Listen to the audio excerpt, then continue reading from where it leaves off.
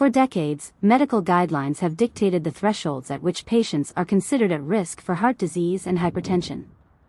These thresholds, once static, have shifted downward over the years, turning millions of people who were previously considered healthy into potential candidates for pharmaceutical intervention. The changing landscape of cholesterol and blood pressure recommendations raises questions about the motivations behind these adjustments. In the past, total cholesterol below 300 was not a cause for alarm. Over time, that standard was revised, and by the early 2000s, anything above 200 was flagged as potentially problematic. More recently, the focus has shifted toward low-density lipoprotein, commonly known as LDL or bad cholesterol. The acceptable level for LDL has steadily decreased, now requiring levels under 100 to be considered ideal. A similar pattern has emerged with blood pressure standards. For years, hypertension was diagnosed when readings exceeded 140/90. That standard changed, and soon, levels over 130/80 were labeled as high. Now, medical institutions have shifted the standard again, classifying anything above 120/80 as a concern. The revisions have altered the way millions of individuals are diagnosed and treated, often pushing more people toward medication. One of the primary reasons given for these adjustments is the pursuit of better long-term health outcomes. The argument is that lower cholesterol and lower blood pressure reduce the risk of heart attacks and strokes, which remain among the leading causes of death worldwide. Some studies suggest that even slight reductions in LDL cholesterol and blood pressure may lead to a decreased incidence of cardiovascular events over time. However, the practical implications of these shifting guidelines tell a more complex story. Many people who have maintained excellent health habits for decades now find themselves on the wrong side of the new numbers. A person who followed strict dietary and exercise recommendations for years, once praised for their efforts, may suddenly be told their cholesterol or blood pressure is too high.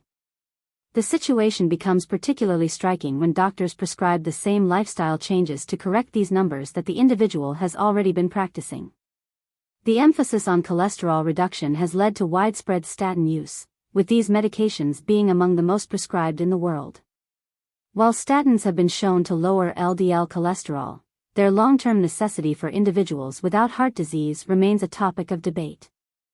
Some researchers argue that the benefits of these drugs have been overstated for people with no history of cardiovascular issues.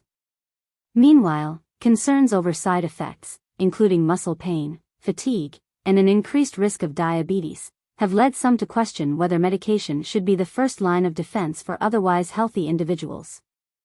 The economic impact of these changes cannot be ignored. Pharmaceutical companies stand to gain significantly from a larger pool of patients requiring long-term medication. As the definition of high cholesterol and high blood pressure shifts, the number of people classified as needing intervention grows, expanding the market for drug sales.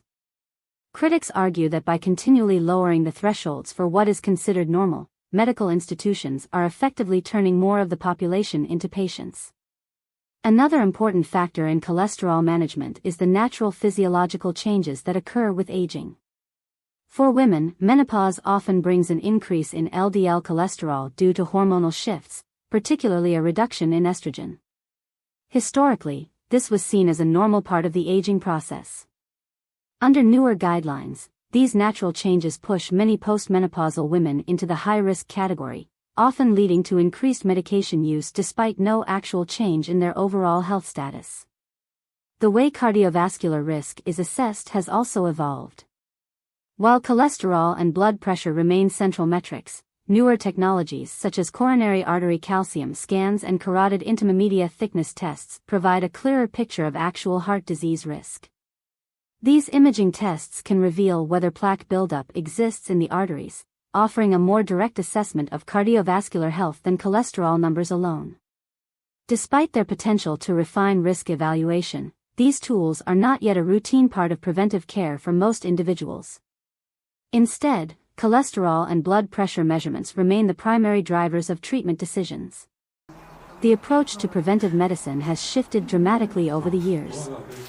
The modern medical system increasingly focuses on early pharmaceutical intervention rather than lifestyle-based approaches alone. While dietary changes, exercise, and weight management are still recommended, they are often coupled with medication far earlier than in the past. Some doctors advocate for an aggressive approach, believing that earlier intervention can prevent severe health outcomes. Others argue that prescribing medication to people with only mildly elevated numbers may do more harm than good. Public perception of these changes varies widely. Many individuals trust medical authorities and follow updated recommendations without question, believing that stricter standards are in their best interest. Others view the evolving guidelines with skepticism, questioning whether the shifting definitions of normal and abnormal are driven by science or by financial interests. The trend of lowering thresholds is not limited to cholesterol and blood pressure. Blood sugar levels have undergone similar redefinitions, with prediabetes now being diagnosed at lower levels than in the past. As more conditions fall under the umbrella of early-stage disease, the medical community faces an ethical dilemma.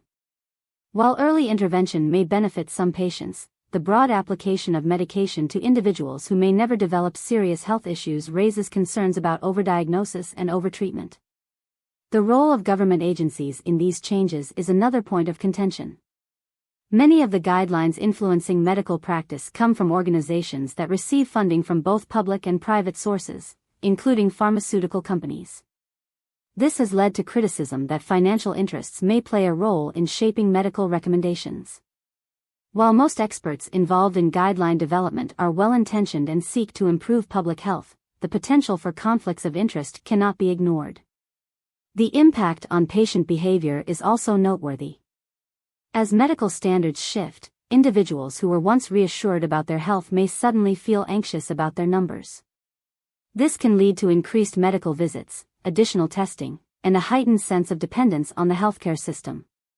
For some, the psychological burden of constantly trying to meet ever stricter targets can be significant. The debate over cholesterol and blood pressure targets ultimately comes down to a balance between risk reduction and quality of life. Lower numbers may statistically reduce heart disease risk, but the extent to which they translate into meaningful health improvements for every individual remains uncertain.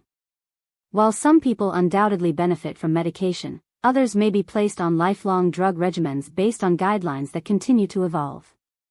A more nuanced approach to cardiovascular health may be necessary.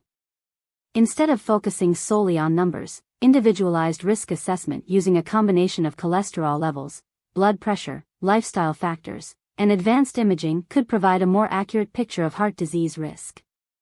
Encouraging preventive measures that go beyond medication, such as dietary improvements, exercise, stress management, and adequate sleep, may offer a more balanced path forward. As medical standards continue to shift, patients must remain informed and proactive about their health. Understanding the motivations behind changing guidelines, questioning whether medication is truly necessary in every case, and seeking out comprehensive risk assessments can help individuals make the best decisions for their long-term well-being. The challenge lies in distinguishing between meaningful advances in preventive medicine and a system that increasingly medicalizes normal variations in health.